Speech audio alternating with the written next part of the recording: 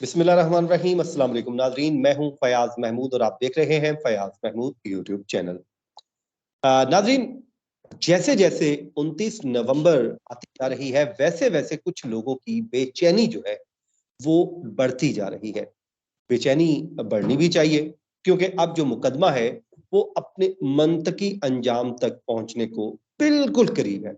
आप यूं कह लीजिए कि हाथी गुजर चुका है, पूशल अब रह गई है, वो भी गुजर जाएगी। तो इसलिए कुछ लोग चाहते हैं कि हमारा रास्ता भी रोका जाए।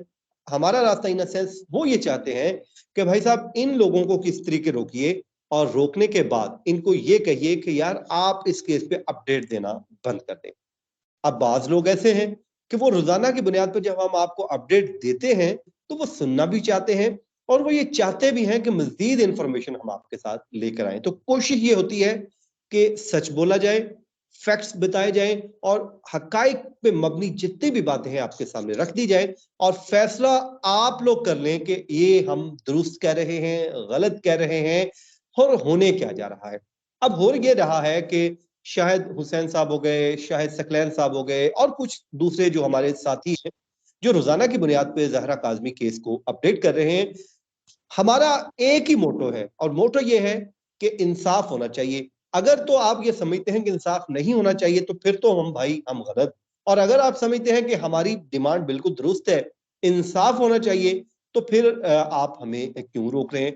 तो ये कौन लोग हैं? हमें मुसलसल क्यों हमारी वीडियोस के नीचे आकर लिखा जाता है कि जी भाई साहब आप बंद कर दें, आप ना करें।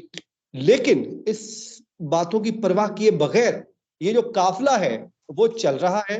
और अब बड़ी खबर ये आ गई है कि दावा कर दिया गया है कि अब ये केस जो है महीनों का नहीं बल्कि दिनों का रह गया। वो कैसे रह गया है वो आज हम जानेंगे शाहिद हुसैन साहब से। शाहिद भाई, आपका बहुत बहुत शुक्रिया, आपने हमें अपना कीमती वक्त दिया। हालांकि आज संडे है और आप जाहिर है मेरी तरह घर में बड़ा सुकून से बैठे होंगे, एंजॉय कर रहे होंगे। तो शाहिद भाई, केस मंतकी अंजाम तक तो पहुंचने जा रहा है, 29 नवंबर करीब आ रही है, लेकिन उससे पहले जो लोग नीचे आके कमेंट कर देते हैं आपकी भी वीडियो पे, मेरी भी वीडियो पे, इनको मसला क्या है अपडेट सुनने में? या हमारा एक ही आपका भी और मेरा भी एक ही डिमांड है, इंसाफ होना चाहिए। तो इसमें क्या प्रॉब्लम की क्या बात है? क्या हम गलत हैं यहाँ पे? अभी आपका बहुत शुक्रिया। देखिए, हम दूसरे इश्यूज के ऊपर वीडियो बनाते हैं, जिसका दूसरे इश्यूज से कोई ताल्लुक नहीं है, वो उनको नहीं देखते। तो हमने तो कभी नहीं कहा कि यार आपने वो वीडियो क्यों नहीं देखी। इसका मतलब ये है कि केस को रिपोर्ट करने से किसी न किसी को तकलीफ होती है, तभी तो ये आके देखते हैं, वरना क्यों देखें वो। मतलब अगर किसी खबरों से उनको दिलचस्पी नहीं है, किसी मामले से उनको दिलचस्पी नहीं है, महज इस मामले से, इस केस की रिपोर्टिंग से अगर किसी को मसला है, तो फिर देखते क्यों हो भाई? मामला ये है कि जब उनको बहुत ज्यादा शिद्दत की तकलीफ होती है, तो फिर जाके लोग कमेंट्स करते हैं। यहाँ सिर्फ यूट्यूब आप रिपोर्टिंग करते हैं, मुख्तलिफ इदारों के लोग, मुख्तलिफ मुल्ज़मान साइड के लोग, या फिर ऐसे लोग जिन्होंने इस केस के मामले के ऊपर फैसला साजी का किरदार अदा करना है, वो लोग भी इन वीडियोस को देखते हैं और उनको वो कहते हैं ना कि बहुत ज्यादा हैरान हो जाते हैं कि इतनी अंदर की चीजें, इतनी अंदर की मालूमात पब्लिक कैसे हो रही है, इन यूट्यूबर्स तक या इन सहाफ़ियों तक कैसे पहुंच रही है। फयाद भाई, मैं कहता हूँ कि ये जो चीजें रिपोर्ट हो रही है ना, एक तो ये है कि आपका और हमारा ये रवैया है कि ये बता ही रहा है कि हम जब अदालत में चीजें आती हैं, पब्लिक होती है, तभी खुल के लोगों को बताते हैं। लेकिन बातें जो हमें मालूम होती हैं, वो अभी 1% या 2% भी चीजें सामने अब नहीं ला रहे। वो इसलिए कि जब अदालत में आएगी तो फिर खुल के बात करेंगे, अदालत में नहीं है, तो इसलिए हम उन चीजों को पब्लिक नहीं करते। बेशुमार लोगों को, जो दूसरे लोगों को पता चल रही होती हैं, वो चीजें हमें भी पता चल रही होती हैं, हमें भी लोग बता रहे होते हैं और मुख्तलिफ सोर्सेज से वो चीजें आ रही होती हैं, लेकिन हम वो नहीं बताते, पब्लिक नहीं करते, कि इसलिए कि केस पे शायद असरअंदाज ना हो जाए या कोई मामला नेगेटिविटी की तरफ ना चला जाए। ये इसलिए लोगों को तकलीफ है, वो देखते भी हैं, रहा भी नहीं आता, और फिर चीखते भी हैं, शोर भी मचाते यानी हैं। कि मामला ये है यानी कि हम लोगों को वो तकलीफ पहुंचाएंगे, मजीद तकलीफ पहुंचाएंगे। सर, बात वही है कि तकलीफ पहुंचाने का मामला नहीं है, यहाँ बहन बेटियों का मामला है। आपने अदालतों की रिपोर्टिंग करते हैं, वहाँ इदारों का क्या हशर होता है, जो गफलत और लापरवाही करते हैं, या फिर अदालतों के जो फैसले हैं वो दूसरे केसेस के लिए किस तरह नज़ीर बनते हैं, आप खुद जानते हैं।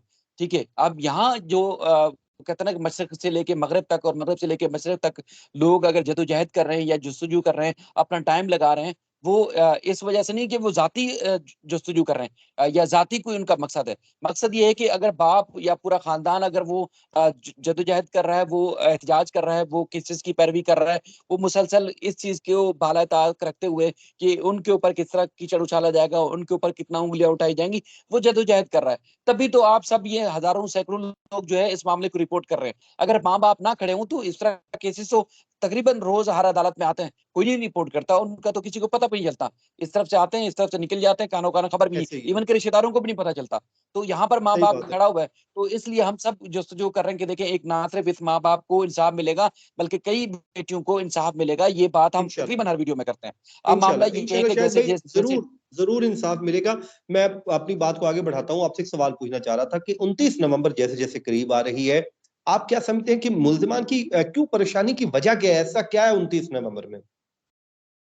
देखिए 100% जो झूठ थे, वो उनके बेनकाब हुए। दस्तावेज़ी जो रिकॉर्ड है या जो एक अदालती रिकॉर्ड है, उसके हिसाब से इनकी हर झूठ, हर चीज़ बेनकाब हुई है। बच्ची को ले जाने से लेके निकाह तक, निकाह से लेके उसके बाद फिर सीडीआर से लेके जो अदालतों में मुख्तलिफ मौकों पर झूठ बोला गया, बच्ची की उम्र से मुतालिक झूठ बोला गया और हर जो झूठ बोला गया, वो ज़ाहिर है वो बेनकाब हुआ है। अब जब चार्ज फ्रेम होता है, तो आपको क्या आप खुद जानते हैं कि चार्ज फ्रेम के बाद फिर क्या तरीकाकार होता है, शवाहिद और सबूत अदालत में पेश किए जाते हैं, गवाह आते हैं, अपने बयानात रिकॉर्ड करते हैं। अब जब ये सिलसिला शुरू होगा तो उसी बुनियाद पर तो ट्रायल मुकम्मल होगा और इसी बुनियाद पर तो मुल्ज़मान को सज़ा मिलती है। तो ये सज़ा का खौफ उनको जो है वो परेशान किए हुए, सज़ा का खौफ कि उनको बहुत जल्दी अब सज़ा मिलेगी। इतने अरसे जितना लटकाना था उन्होंने लटका लिया, जितनी ताख़ीरी हरबे इस्तेमाल करने थे वो कर लिए। पुलिस ने, प्रोसिक्यूशन ने, हेल्थ डिपार्टमेंट ने जिसने जितना रोड़े अटकाने थे वो अटका लिए। अब सज़ा अनकरीब उनको मिलेगी इस जुर्म की जिसने जो लो उन्होंने घिनौना जुर्म किया था, इसलिए वावेला मचा हुआ है। देखें अगर उन्होंने जुर्म यानी कि उनके हिसाब से उन्होंने नहीं किया था, तो उन्होंने 2-3 वकील क्यों तब्दील किए हैं? अब आखिरी एक और वकील वो भी उसके मुझे पता चला कि तकरीबन 6-7 महीने तक उस वकील साहब के पाँव पड़ते रहे, चीखते रहे, चिल्लाते रहे, गिड़गिड़ाते रहे कि खुदारा हमें बचा ले, अब कोई बचाने के लिए कुछ नहीं बचा। पीछे जो सारी कश्तियाँ हैं वो जला चुके हैं यानी कि प्लॉट्स बिक गए, जायदाद बिक गई, अब बच्ची भी हाथ में नहीं आ रही और उसके बाद उल्टा सज़ा भी होगी, तो इसलिए हमें बचाया जाए, इसलिए उस एक और वकील साहब को साथ लेके आए। वरना अगर ये सारी चीज़ें ना होती सज़ा ना होती, सज़ा का खौफ ना होता हुँ, और हुँ। बच्ची का उनके हाथ में होती, जो उनके जो सोशल मीडिया विंग के लोग हैं, वो कह रहे हैं सारी बातें अगर वो दुरुस्त होती, तो फिर ये खौफ किस बात का था, वाविला किस बात का था एहतिजाज किस बात का था या उसके बाद फिर ये वकील तब्दील करने की नौबत क्यों पेश आई?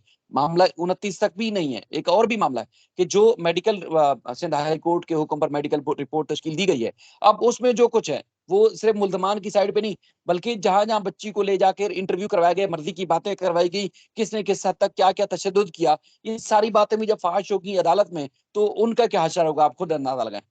तो ये सही बात यानी है। कि हर किसी को अपना जो है ना, कहते हैं ना कि उसको उसका अब वो उसको मुस्तकबिल नज़र आ रहा है। अच्छा, शायद वो उसको 29 अपना खौफ नवंबर को फिर चार्ज फ्रेम हो जाएगा और साथ ही साथ ये बता दीजिए कि दिसंबर में क्या होने जा रहा है? 2 दिसंबर को केस जो है वो बच्ची की हवालगी और एक मुल्ज़िम ने बीच में दरख़्वास्त दी थी कि देखें जो उसका भी राइट है उस हवाले से केस रखा हुआ है। उसमें चूँकि अब उम्र का तयन हो जाएगा, उम्र का तयन से मुराद ये है कि जो बच्ची के ऊपर जो कुछ बीता है, वो सारा कुछ 29 तारीख को ट्रायल कोर्ट में, उसके बाद फिर फैमिली कोर्ट में जब ये सारी चीज़ें आ जाएँगी, तो उसके बाद फिर वो उसमें जज साहब फैसला करेंगे कि अब बच्ची की वेलफेयर और बच्ची के फ्यूचर का क्या मामला है। यानी कि उसको किस अंदाज़ से, किस तरह होना चाहिए। तो वो हुँ, हुँ। ब तयन करेगा बच्ची के मुस्तकबिल का। अब जब बच्ची का मुस्तकबिल यकीनी तौर पर रिपोर्ट्स में जो कुछ हमें पता चला है, जब ऑफ़िशियल जब पब्लिक होंगी तो और ज़्यादा हम वसूख से बता सकेंगे। तो जो पता चला है तो उसमें तो इनके किरदार सारे वाज़ेह हो रहे हैं। बच्ची का फ्यूचर बेहतर होने होगा और यकीनी तौर पर ये इन मुल्ज़मान का जो भयानक चेहरा है वो मज़ीद बेनकाब होगा, वो सज़ा की तरफ जाएँगे। सही है, सही है। चलो ज़बरदस्त हो गया आपने बहुत ज़्यादा इस केस में अपडेट हमारे साथ शेयर की। शाहिद भाई आपका बहुत-बहुत शुक्रिया, आपने अपना कीमती वक़्त हमें दिया और हमारी कोशिश यही होगी कि इसमें किसी के साथ ज़्यादती ना हो। अगर मैं समझता हूँ कि ज़हीर ने कोई जुर्म नहीं किया तो ज़ाहिर है अदलिया उसको बहाल कर देगी और अगर जुर्म किया है तो ज़ाहिर है अदलिया उसको सज़ा देगी। अब इसमें कोई बुरा मनाने वाली बात भी नहीं है। अदलिया पे आपको भी और हमें भी और हम सबको भरोसा रखना चाहिए और उम्मीद हम ये करते हैं कि ये केस जो है अब अपने मंतकी अंजाम तक पहुँच जाना चाहिए। मुझे और शाहिद भाई को दीजिए इजाज़त, अपनी दुआओं में याद रखिए। अल्लाह ने के बाद।